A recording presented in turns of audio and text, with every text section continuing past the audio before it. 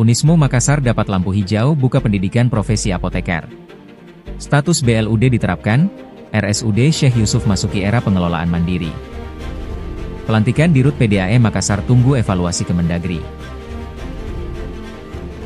Napoli gagal ke puncak klasemen usai ditahan imbang Hellas Verona 2-2.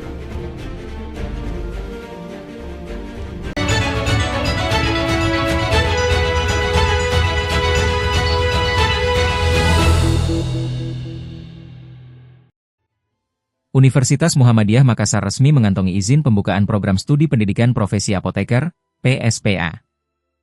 Izin tersebut tertuang dalam keputusan Menteri Pendidikan Tinggi, Sains, dan Teknologi Kementerian Pendidikan Tinggi, Sains, dan Teknologi Nomor 1221 BO 2025 yang ditetapkan pada 30 Desember 2025 lalu. Wakil Rektor I Unismu Makassar, Andi Sukri Syamsuri, menyampaikan bahwa terbitnya surat keputusan tersebut menandai selesainya proses panjang pengusulan program studi profesi apoteker. Alhamdulillah, SK izin pendirian program profesi farmasi telah terbit. Ini hasil dari proses yang cukup panjang dan ketat, ujar Andi Sukri Syamsuri, Selasa 6 Januari. Ia menjelaskan, pengusulan PSPA Unismu telah melalui tahapan krusial berupa evaluasi lapangan oleh tim Kemdikti-Saintek pada November 2025.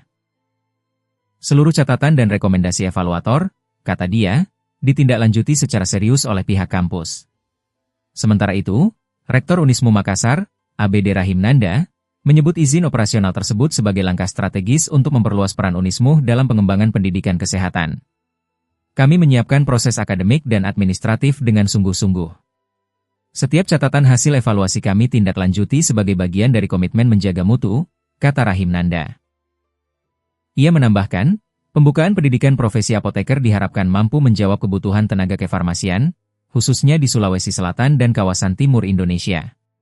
Sementara itu, Dekan Fakultas Kedokteran dan Ilmu Kesehatan, FKIK, Unismu, Suryani As'ad, menegaskan bahwa tantangan utama ke depan adalah menjaga kualitas penyelenggaraan program profesi. Bukan hanya soal membuka program studi, tetapi memastikan kurikulum profesi, sistem pembelajaran,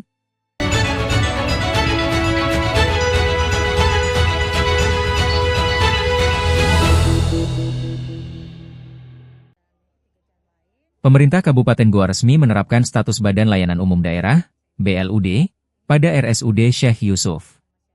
Penerapan ini menandai perubahan pola pengelolaan rumah sakit menuju sistem yang lebih mandiri, fleksibel, dan profesional. Bupati Goa Siti Husniah Talendra menegaskan, penerapan BLUD merupakan langkah strategis untuk memperbaiki kualitas pelayanan kesehatan kepada masyarakat. Launching BLUD ini kami laksanakan untuk peningkatan kualitas pelayanan kesehatan bagi masyarakat Goa. Harapan kami, ke depan tidak ada lagi keluhan masyarakat terkait pelayanan kesehatan, kata Husniah Talendrang, Rabu 7 Januari. Ia menjelaskan, perubahan status RSUD Syekh Yusuf menjadi BLUD memberikan ruang fleksibilitas dalam pengelolaan keuangan dan manajemen, tanpa menghilangkan fungsi pengawasan dari pemerintah daerah.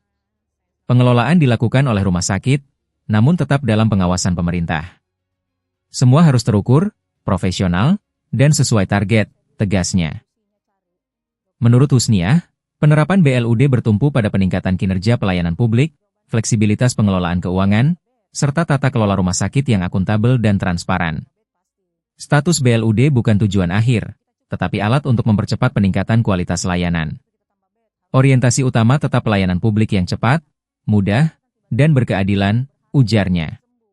Sementara itu, pelaksana tugas Direktur RSUD Syekh Yusuf, Dr.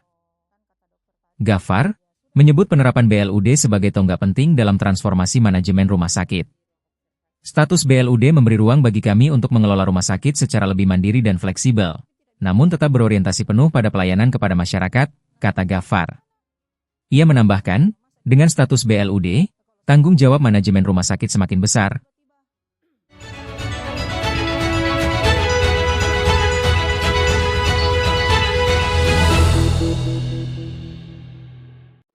Kita tinggal menunggu rekomendasi dari Kemendagri. Nanti setelah keluar hasil Kemendagri, baru kita akan lakukan pelantikan. Nah, nanti kita lihat apa hasil rekomendasi Kemendagri. Pak Wali menunggu terkait mengenai rekomendasinya seperti apa. Ya, kalaupun misalnya nanti lama, ya kita akan tanyakan apa yang menjadi hambatan, ya itu akan kita perbaiki segera. Karena dari Kemendagri tentu sudah ada Kemendagri yang mengatur terkait mengenai pemilihan direktur ini. Ya tentu mereka melakukan asistensi, apakah sesuai atau tidak. Ya kalau sesuai ya akan kita lantik. Kalau tidak sesuai tolong diperbaiki. Seperti itu. Jadi kita tunggu saja.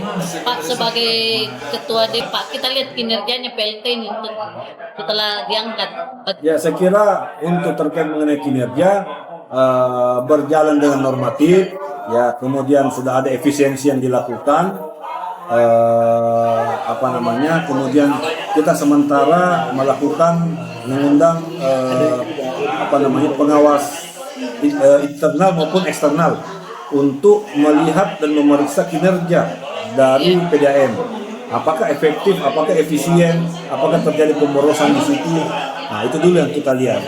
Nah, setelah itu ada hasil rekomendasi, itu sudah menjadi panduan kita untuk melaksanakan.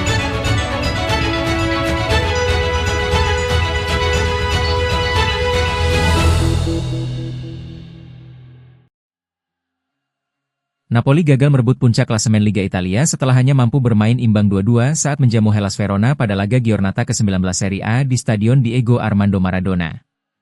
Hasil imbang tersebut membuat Napoli harus puas berbagi poin, meski tampil dominan sepanjang laga. Pertandingan juga diwarnai gol Rasmus Højlund yang dianulir melalui tinjauan video assistant referee, VAR.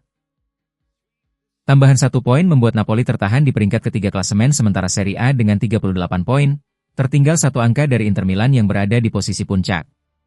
Sementara Hellas Verona naik ke peringkat ke-18 dengan koleksi 13 poin, sebagaimana dilansir laman resmi Serie A. Hellas Verona tampil mengejutkan sejak awal pertandingan. Tim tamu membuka keunggulan pada menit ke-16 melalui gol spektakuler Martin Freese.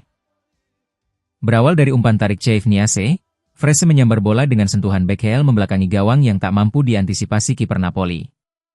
Verona kembali menambah keunggulan pada menit ke-25 setelah mendapat hadiah penalti.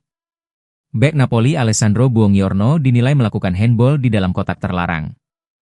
Gift Orban yang maju sebagai eksekutor sukses menjalankan tugasnya dan membawa Verona unggul 2-0 hingga turun minum. Memasuki babak kedua, Napoli tampil lebih agresif. Usaha tuan rumah membuahkan hasil pada menit ke-53 ketika Scott McTominay mencetak gol melalui sundulan memanfaatkan sepak pojok Noah Lang, sehingga skor berubah menjadi 2-1. Napoli sempat menyamakan kedudukan pada menit ke-72 lewat gol Rasmus Højlund yang memanfaatkan bola muntah di kotak penalti. Namun, gol tersebut dianulir setelah VAR menilai terjadi pelanggaran handball dalam proses terciptanya gol. Tuan rumah akhirnya benar-benar menyamakan kedudukan pada menit ke-81.